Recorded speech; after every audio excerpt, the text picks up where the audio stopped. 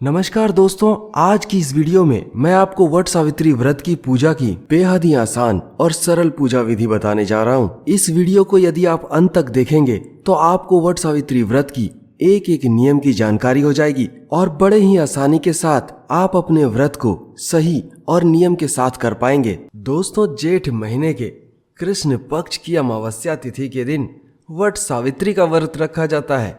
मान्यताओं के अनुसार वट सावित्री के दिन सुहागिन महिलाएं वट यानी कि बरगद के पेड़ की पूजा करती हैं।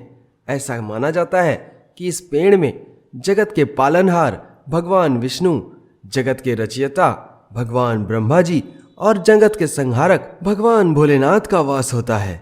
इस दिन बरगद के पेड़ की पूजा करने से तीनों भगवानों के साथ साथ समस्त देवी देवताओं का भी आशीर्वाद प्राप्त होता है। इस दिन जो भी सुहागिन महिलाएं बरगद की पेड़ की पूजा करती हैं, उनके पति और परिवार को सौभाग्य का आशीर्वाद मिलता है और पति की अकाल मृत्यु का खतरा टल जाता है। वट सावित्री का व्रत हमेशा जेठ महीने की अमावस्या तिथि के दिन रखा जाता है।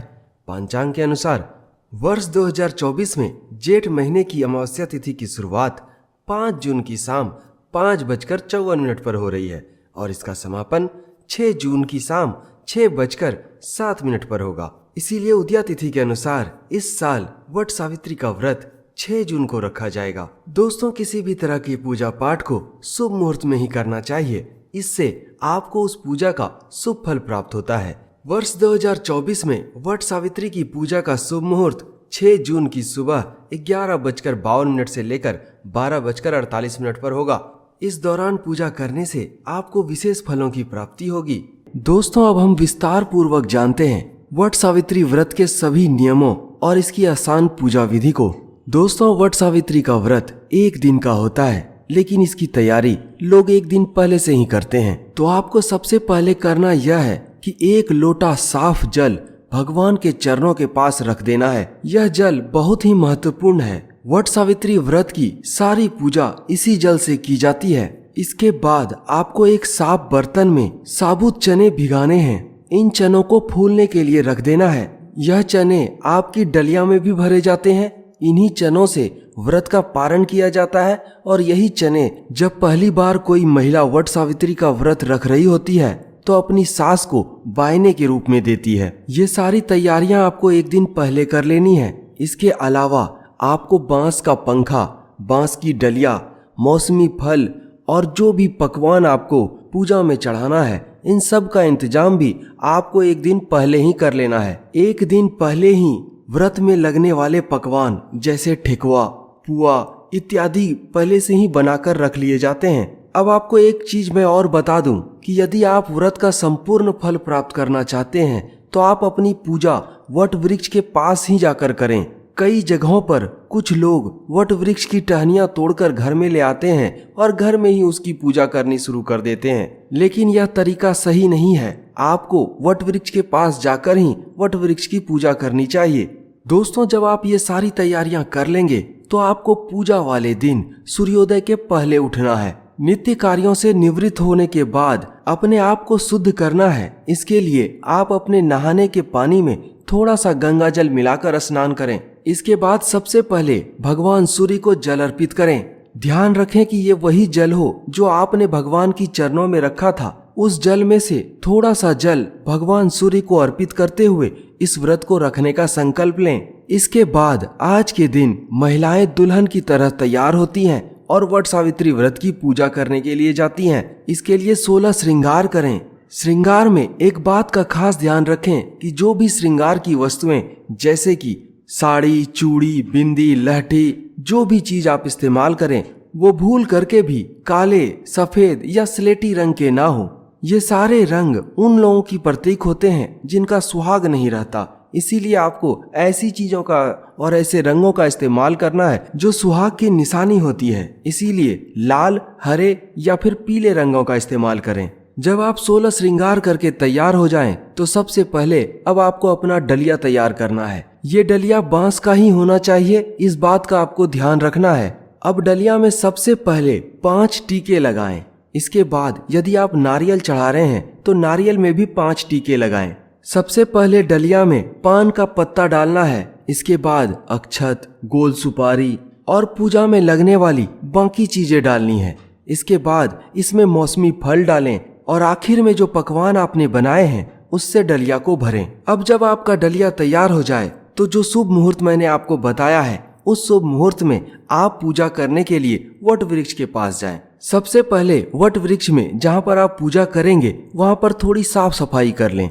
थोड़ा सा जल छिड़क करके उस जगह को शुद्ध करें। यह वही जल है जो आपने भगवान की चरणों के पास रखा था। इस जल को आपको आगे के लिए भी बचा कर रखना है, क्योंकि इसी जल से आगे पति की भी पूजा करनी है। अब सबसे पहले वट वृक्ष की जड़ में 5 टीके लगाएं।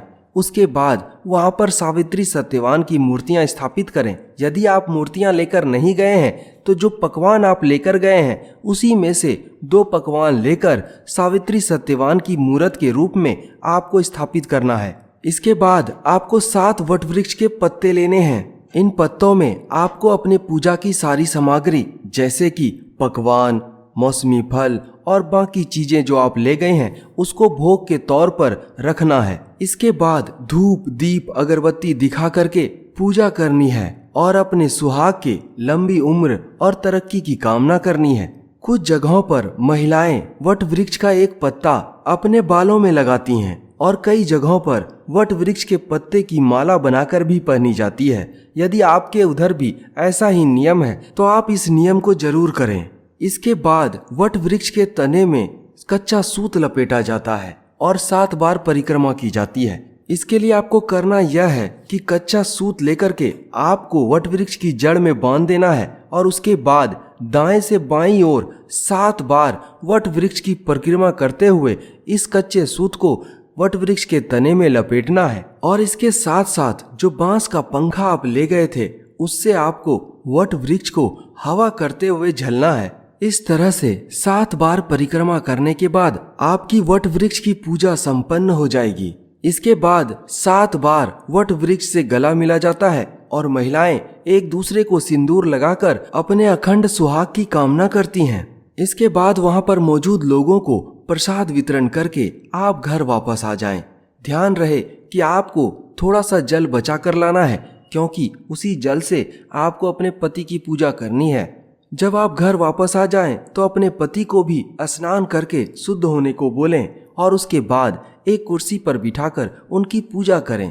इसके लिए सबसे पहले जो जल आपने बचा कर लाया था उससे अपने पति के चरणों को धोएं, उन्हें टीका लगाएं और उनकी आरती उतारें। उसके बाद बांस के पंखे से जैसे आपने वट वृक्ष को हवा की थी उसी तरह से हवा करते हुए अपने पति की पूजा करनी है। पंखा से हवा करने के बाद डलिये में से कुछ पकवान और मौसमी फल प्रसाद के रूप में पति को दें और उनके चरणों को छूकर उनसे आशीर्वाद लें। इस तरह से आपकी संपूर्ण पूजा यहाँ पर समाप्त हो जाती है। आज दिन भर आपको अरवा खाकर व्रत रखना है। व्रत का पारण अगले दिन करना है। कुछ जगहों पर महिलाएं वट सावित्री व्रत के दिन ही अपना पारण कर लेती हैं और सामान्य भोजन करने लगती हैं, लेकिन सही तरीका यही है कि आप उस दिन भी अरवा भोजन करें और दिन भर व्रत रखें और अगले दिन डलिया में से 7 फूले हुए चने खाकर अपना पारण करें। वट सावित्री व्रत के दिन इसकी व्रत कथा को जरूर सुने। बिना व्रत कथा को सुने हुए व्रत का संपूर्ण फल नहीं मिलता है, इसीलिए आज के दिन व्रत कथा को जरूर सुने।